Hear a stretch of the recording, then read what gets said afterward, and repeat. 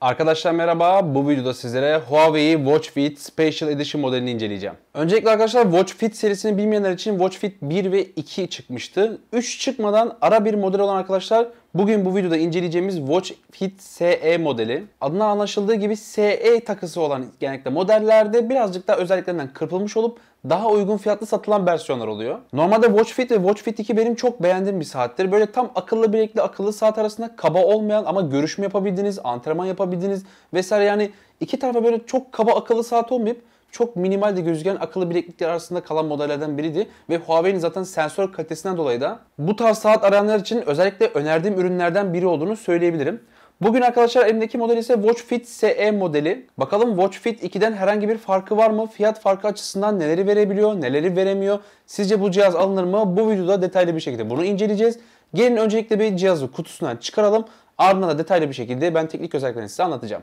Saatin kutusu gördüğünüz gibi bu şekilde. Zaten ön tarafta da saatin kendisini göstermişler. Şöyle arka tarafta gördüğünüz bakın 1.64 inçlik bir AMOLED ekran olduğundan bahsedilmiş. Dahili bir GPS'in olduğu, nabız monitörünün olduğu, 5 ATM basınca kadar dayanıklı olduğu vesaire bunlardan bahsediyor. Zaten ben sizlere bunları detaylı bir şekilde anlatacağım. Kutunun içerisinde saat ve kordonu, şöyle bir tane manyetik şarj aleti, son olarak da şöyle bilgilendirme kartları çıkıyor. Şarj aleti olarak gördüğünüz gibi Band 7'deki şarj aletinin aynısı arkadaşlar. Yani ben bunu da istersem şöyle gördüğünüz gibi hem Huawei Watch Fit SE'mi şarj edebiliyorum. İstersem de Huawei Band 7'imde şarj edebiliyorum. Yani bu şarj aleti bu iki saate de uyumlu arkadaşlar. Özellikle Watch Fit SE'ye geçmek isteyenler için Band 7 veyahut da Band 8, yani çok fazla bir farkları yok ama elimde şu anda Band 7 olduğu için ben buradan kıyaslayarak gideceğim arkadaşlar. Acaba Watch Fit SE'yi neden almalıyız veyahut da almamalıyız? Özellikle de bunlardan bahsedeceğim sizlere. Öncelikle bir Watch Fit'in teknik özelliklerinden bahsedeyim size. 1.64 inçlik bir AMOLED ekranı var. 326 ppi piksel yoğunluğu mevcut.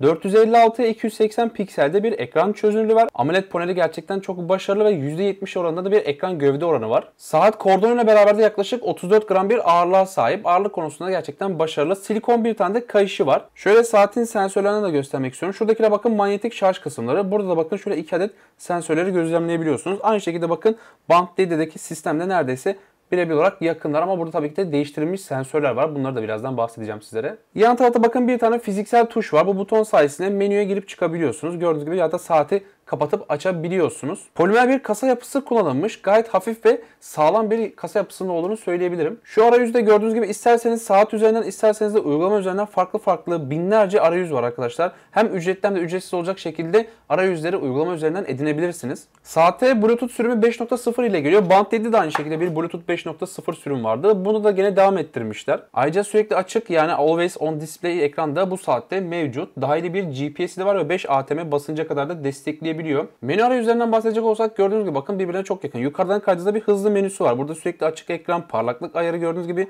Burada mesela parlaklık ayarı yoktu. Buna hızlı bir şekilde bunu getirmişler. Bakın maksimum veyahut da minimuma alabiliyorsunuz parlaklık ayarını. Ayrıca rahatsız etmeyin modu ve fener modu da şurada hızlıca eklenmiş. Kadran menüsünde gördüğünüz gibi bakın şu AOD yazan kısım ise Always On Display arkadaşlar. Burada ise maalesef bunu açtığınızda tabii ki de şarj süresini otomatik olarak etki ediyor. Yani şöyle söyleyebilirim sizlere, AOD kapalı olursa saat fabrika verilerine göre 6 gün boyunca kullanabiliyorsunuz. Bu arada ben bu saati 5 gün kesintisiz bir şekilde kullandım. Sonra tekrardan şarj istedi. Ama sürekli açık ekrana geçerseniz bu neredeyse 3 günlere kadar düşebiliyor. Band 7'deki en büyük eksikliklerden biri olan otomatik parlaklık maalesef arkadaşlar Watch Fit SE'ye de gelmemiş. Gördüğünüz gibi sadece gece ve gündüz bir şekilde bakın saatleri manuel bir şekilde ayarlarsanız, yani üzerinde otomatik bir parlaklık sensörü yok. Burada kendiniz bir saat aralığı giyerseniz o şekilde sadece parlaklığı azaltıp arttırabilecek. En azından bu kadar para vermişken bu Band 7'deki eksikliği burada tamamlamaları gerekiyordu. Burada Huawei'ye bir eksi puan verebiliriz. Saatte bir titreşim özelliği var. Bunu hafif güçlü veyahut da kapalı modda kullanabiliyorsunuz. Ayrıca isterseniz saatte de bir kilit koyabilirsiniz. Bakın burada pin seçeneği de var. Bildirimler kısmından ise gördüğünüz gibi bildirimler geldiğinde mesela ekranı uyandır kısmını yapabilirsiniz. Sadece bileğinizi çevirdiğinde de bildirimleri gösterebilir. Sistem ve güncellemeler kısmından ise bakın gördüğünüz gibi bağlantıyı kesebilirsiniz, sıfırlayabilirsiniz, kapatıp açabilirsiniz cihazı. Menü üzerine geçtiğiniz zaman gördüğünüz gibi bakın menü geçişi gayet başarılı. Gayet akıcı bir şekilde Huawei'nin saatlerine yakın. Mesela Band 7'de daha kısa bir çerçeve olduğu için burada bakın ekranlar daha kısadır. Yani şöyle göstereyim sizlere. Bakın menüdeki isimler, yani yazılan yazılar daha kısa. Ama burada daha geniş bir ekran kullanıldığı için tabii ki de hepsi rahat rahat yazılmış. Mesela 100'den fazla egzersiz modu var. Gerçekten farklı türde hangi sporla ilgileniyorsanız burada ona uygun muhakkak bir antrenman modu bulabileceğinizi söyleyebilirim. Ayrıca otomatik antrenman modu da bu cihazda mevcut. Ayrıca egzersiz kayıtlarınızı isterseniz saat üzerinden isterseniz de telefon uygulaması üzerinden takip edebiliyorsunuz. Evet arkadaşlar, şu anda nabız ölçümünü gördüğünüz gibi aynı kol üzerinden yapıyorum. Bu arada ben bu verinin doğru olduğunu düşünmüyorum. Yani şöyle söyleyeyim sizlere. Yan yana bile olsa muhakkak fark çıkarabiliyor yani aynı kol üzerinden. Band 7'nin monitörü arkadaşlar sensörü TrueSync 4.0. Ama Watch Fit SE'de güncellendi, bu TrueSync 5.0 geldi. Gördüğünüz gibi bakın şu anda bir fark var yani. Birinde nabzım 93, diğerinde ise 94, yani aslında birbirine çok yakın olduğunu söyleyebilirim ama bakın ufak tefek değişiklikler de olmaya başladı. Ayrıca arkadaşlar uyku takibi konusunda da Band 7'de True Sleep 2.0 var iken artık Watch Fit SE'de True Sleep 3.0'a geçti. Daha bilimsel bir uyku kaydı alabildiğini söyleyebiliyorum. Bu arada ben Band 7'nin uyku kaydıdan zaten çok memnunum. Yani uyku kaydında gerçekten uyuduğum saati ve uyandığım saati dakikasına doğru söylerken artık Watch Fit SE'de kesinlikle ve kesinlikle hiç eksik olmadan uyku takibini çok doğru bir şekilde yapabiliyorum. Derin uyku mu, REM uykusu dediğimiz veyahut da böyle hafif uyku olduğumuz vesaire, bunların hepsini çok iyi algılıyor. Şekerlemeyi de çok iyi algılıyor arkadaşlar. Gündüz yani sabah 8'de gece 12 arasında yaptığınız uygulamalar ise uygulamada şekerleme olarak gösteriyor bu 2 saatte. 2 saatte bildirim alabiliyor. Tüm uygulamalar, ayrıca çağrılarınızın da bildirimlerini alabiliyorsunuz. Ayrıca çağrılarınızı reddedebiliyorsunuz. Watch Fit SE'de ise arkadaşlar bir mesaj bırakma özelliği geldi. Yani aramanızı mesajla da cevaplandırabiliyorsunuz. Sadece kısa mesajlar, mesela seni sonra arayacağım gibi vesaire, bu tür çağrılarınızı reddedebiliyorsunuz. Birazcık daha büyütülmüş ekranı ile akıllı saatle akıllı bileklik arasında giden bir model arkadaşlar. Normalde Watch Fit 2'de konuşma özelliği var, görüşme özelliği var. Yani çağrılarınızı direkt saat üzerinden yapabiliyorsunuz ama maalesef SE modelinde, yani Special Edition modelinde bu yok. Saat üzerinde herhangi bir mikrofon ya da hoparlör yok arkadaşlar. İşte burada ben 2500 TL'yi çağrı yanıtlayamayacağım bir saate, yani bilekliğe vermem. Bu konuda mesela 900 TL'lik fiyatıyla açıkçası Band 7'nin bundan çok farkında olmadığını göreceksiniz. İkisi de bakın şu şekilde, saat kaydığınızda ilk önce nabız monitörleri geliyor. Ardından bakın kandaki oksijen seviyesini ölçebiliyorsunuz. Burada bakın uyku kayıtlarını alabiliyorsunuz. Gördüğünüz gibi bakın hava durum menüsü birazcık daha Watch Fit SE'de gördüğünüz gibi daha güzel yapılmış. Şu anda mesela bakın güneşli hava, yani karanlık değil. Gördüğünüz gibi bugün mesela şişkin bir ay olacağından bahsediyorlar. Ay ışığının da %86 olduğundan bahsedilmiş. Ayrıca bakın egzersiz kayıtları vesaire görüyorsunuz. Bu saat üzerinde aktif bir şekilde dinlediğiniz müzik varsa ikisi üzerinde, yani bu akıllı bilekliklerde ikisinin üzerinde de değiştirebilirsiniz. Ben Watch Fit demişler, yani bir saat demişler ama bence saat değil. Watch Fit SE'de bir akıllı bileklik. Uygulamadan eşleştirmek için arkadaşlar şöyle cihaz ekle kısmına taramada bakıp gördüğünüz gibi mesela eski saatim var Band 7. Burada ise Watch Fit SE var. Yani saatinizi çalıştırmanız gerekiyor. Ardından eşledikten sonra birkaç dakikalık işlemlerle saatinizin kurulumu tamamlanıyor. Saati açar açmaz bir tane güncellemesi geldi. Hemen güncellemesini yaptım. Öncelikle bakın saat kadranları menüsüne göstereyim sizlere. Burada bakın ücretli, ücretsiz yüzlerce kadran var. İstediğiniz gibi, beğendiğiniz keyfinize göre artık bir kadran seçebilirsiniz burada. Sağlık izleme kısmına bakın, burada uyku takibini, ayağa kalkmasını, yani mesela sürekli oturduğunuz, bunu da uyarısını yapabiliyor saat sizlere. Sürekli kalp atışını, stres testini, kandaki oksijen seviyesi vesaire, bunların hepsini buradan açıp kapatabiliyorsunuz. Bildirimlerde istediğiniz uygulama varsa veya da istemediğiniz uygulama varsa onları burada kapatıp açabilirsiniz. Bu kısımdan da şöyle bakın, güncellemelerinizi kontrol edebilirsiniz. Şu anda HarmonyOS 2.1.0.93 güncellemesi, yani sürümünü kullanıyorum. Egzersiz kısmında arkadaşlar dahili bir GPS olduğu için açık alanlardaki bisiklet koşularınız gibi antrenmanlarınızı rahatlıkla adım adım nereden yaptığınızı görebiliyorsunuz ve bu konuda gerçekten çok başarılı olduğunu söyleyebilirim. Egzersizlerinizi isterseniz saat üzerinden, isterseniz de telefon üzerinden ayarlayıp takibini yapabilirsiniz. Sağlık izleme kısmında arkadaşlar burada günlük olarak tükettiğiniz işte kaloriniz olsun, kalp atışınız olsun vesaire, bu ana ekran üzerinden saatin otomatik olarak yapmış olduğunuz, yani vermiş olduğunuz emirlerin hepsini tek tek kaydedip burada telefonda sizlere gösterebiliyor. Bu konuda gerçekten çok başarılı. Ben antrenmanlarımda hep Huawei'nin saatlerini kullanıyorum, yani Band 7 veyahut da bu saati kullanıyorum. Sensörlerin algılama konusunda gerçekten çok başarılı olduğunu düşünüyorum. Antrenmanda yaktığım kalori, nabzım vesaire hepsini çok iyi bir şekilde kaydedebiliyor. Mesela burada yaptığım egzersizleri burada görebiliyorum. Kalori yakmışım diye ayrıca grafikler kısmından nabzımın ortalamasını vesaire rahatlıkla görebiliyorum. Yani sağlıklı bir yaşam takibi yapmak istiyorsanız bu konuda sizler için çok büyük bir yardımcı olacak bu saat. Teknik özellikler kısmında özellikle de elindeki saati ve şu anda da bu saat, yani Watch Fit SE ve Huawei Band 7 arasındaki kıyaslamaları da yapmaya çalıştım. Yani sizce bu fiyat verilebilir mi diye. Öncelikle arkadaşlar ben saatle bu zamana kadar kullandığım deneyimlerimi size aktarmak istiyorum. Öncelikle saatin kasa yapısı, ayrıca kolay oturma yapısı vesaire, yani tasarım açısından bence çok başarılı olmuş. Ekran gövde oranından biraz kırpmışlar, evet.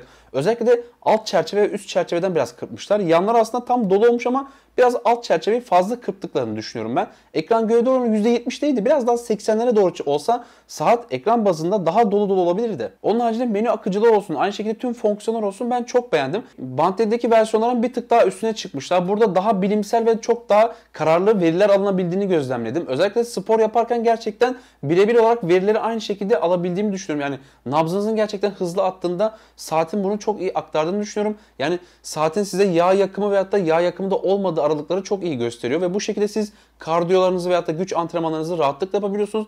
Üzerindeki 100'den fazla antrenman sayesinde ilgilendiğiniz spor dalıyla ilgili muhakkak arkadaşlar buna uygun bir antrenman modu bulabiliyorsunuz. Ve en güzel özelliklerinden biri ise otomatik antrenman algılama modunun olması gerçekten çok başarılı. Zaten ben kesinlikle spora giderken bu Huawei Band 7'mi yanımda götürüyorum. Bu hafta bu test için arkadaşlar Watch Fit SE'yi götürdüm. Burada da yine veriler arasında hiçbir fark yoktu. Gerçekten doğruluk oranı çok yüksek bir şekilde verilerimi elde ettim. Uyku verilerime ben çok dikkat ederim. Uyuduğum kaliteli uykuya buna muhakkak ki ertesi gün kontrol ederim.